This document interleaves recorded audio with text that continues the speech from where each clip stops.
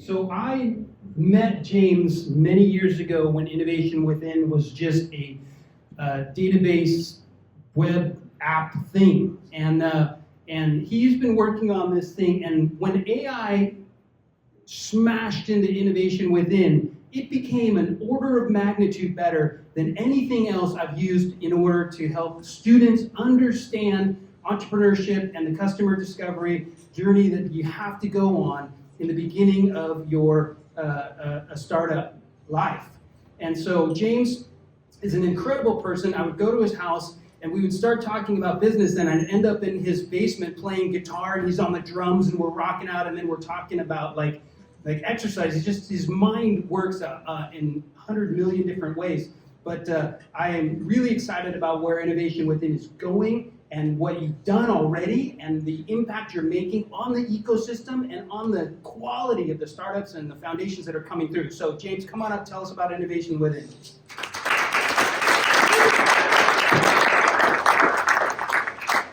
Thank you, Madge. Did you give him that clicker? Yeah, clicker. He'll need the clicker. It's in your hand. It's in your hand. Oh, your 5 minutes is up.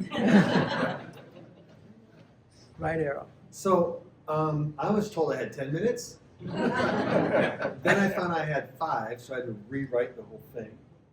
So I'm going to try and blitz this. Okay, so did you not all hear a bunch of great ideas tonight? Yeah. Were they good ideas? Okay, awesome. We're going to talk about how good ideas can meet evidence and win, okay? So there's a 200x gap between most founders' confidence and the evidence behind what they're doing. Okay? So let me ask you, how many here are builders right now or are entertaining an idea that you're going to build something? So, wow, okay. Keep them up. Awesome. That's more than I thought. I would say 25% of the room. Okay? So on a scale of 1 to 10, how confident are you that you're building the right thing for your customer? How many of you think you're 0 to 6? Okay, just a couple, okay? 0 to 6. How many of you, it means you're probably confident. How many of you are pretty sure you're building the right thing? Okay? And how many of you are very confident? Now this is interesting because that doesn't total to the number of people that raise their hands when I ask the question first. Okay? But I will say this, the majority of you are 8 or above. That's how you would rate yourself. Okay. So let's talk about the confidence meter, okay? Feast your eyes on this graph. This was something that Itamar Gilad from Google came up with when he worked at Gilead. When he worked at Google. And it's called the confidence meter. And it basically says, where does the evidence for your confidence actually land? If you look here, 0.01, which is, you know what that is, right? Bad. Is self-conviction. Oh, every founder has that. We are delusional characters. We are. We see the world differently. And the next thing is 0.03. That's your pitch deck that you think is awesome, right? That's 0.03 on the evidence scale, right? And if you keep going around, you can all self-identify. Do you have support with macro trends and your product methodology? What about your team, right? Management, investors are interested, estimates, plans, anecdotal evidence, sales requests, competitors doing the same thing, market data, surveys, smoke test. You're at a 1. Right here, when you actually start talking to your customers and do customer discovery, you can get to a 3, okay?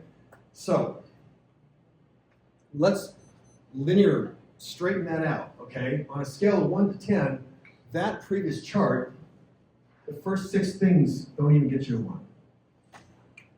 You don't get to a 3 until you do customer discovery to get some real evidence to validate your business model. And then you can see, once you're in the market and you've got results, you can get to a 5. And when you actually have a product that's successful in the market, and people are buying it, and you're doing A/B tested, all that kind of stuff, you're at a 10. No wonder 42% of startups fail because they build something that nobody really wants. It's not because they don't execute. It's not that they run out of money. They might have the team, they might have everything, but they're solving the wrong problem. They have the wrong solution. They never really tested it. They got ahead of their skis.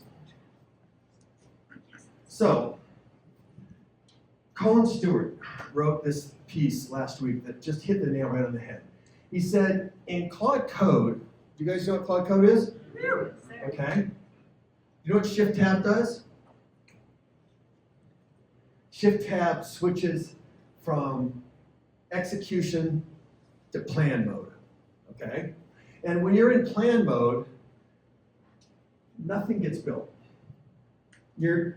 It's like you stopped. But it's the most important thing you can do because that's where you're planning what the code is instead of coding the code. Instead of just writing it, you're planning it. So, switch to plan mode. Right now, AI is changing everything. Everything is moving so fast that whatever you're doing is probably eroding. You think you're on it with your customers. If you don't talk to them, you won't know for sure. So many of the incumbents are just deer in the headlights. They don't know what to do in this context. It's the classic innovator's dilemma. But the founders who actually pay attention have a window because if they can pay attention to their customers and know what they need, they're going to be in a completely different position.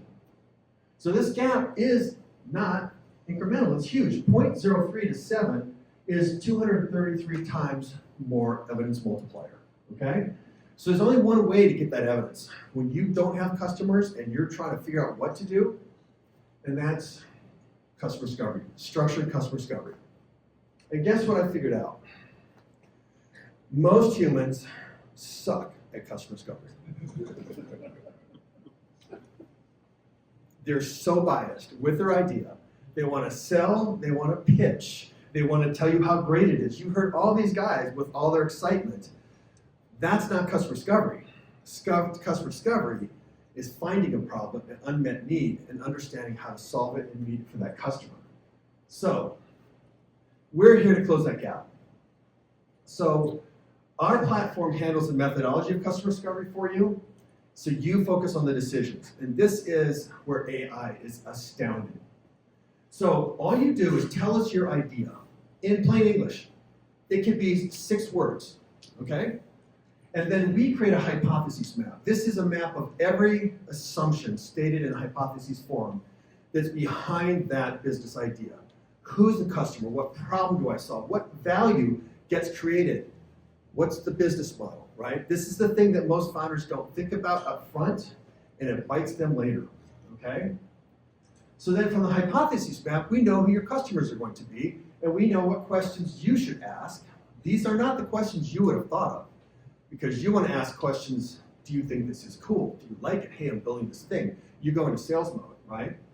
And then we actually do simulated interviews. So you can hear 2 really intelligent people talking to each other, one of them, the founder of your idea, talking to a simulated AI avatar, and you're going to hear profound insights. And this is actually a great way for you to actually hear what it's like and get some insights and practice. And then our assistant is on that call when you're doing the customer discovery. And what we do is we create an evidence map that you can trace back to your hypotheses. So everything that they said on the call that's relevant to your business model is cited and connected to your hypotheses. And we tell you what it meant, we categorize it, we prioritize it, we keep track of all this information. The insights we generate because we have the context. If you know anything about AI, context is everything, right? So we have the context to tell you, what does this mean? How you should shift your business? What problem is more important? The kind of things that most people struggle to do when they're trying to do qualitative analysis, we do very, very simply, right? So it doesn't just collect the data, it helps you reason, right? So it shifts you from doing all the grunt work to doing the thinking, to being visionary. So Stop it. 10 minutes? Switch to plan mode. Close the 200x evidence gap. The code can wait. So, innovation within, if you're interested in learning how to do this, come talk to me afterward. It's amazing what AI can do to help you with customer discovery.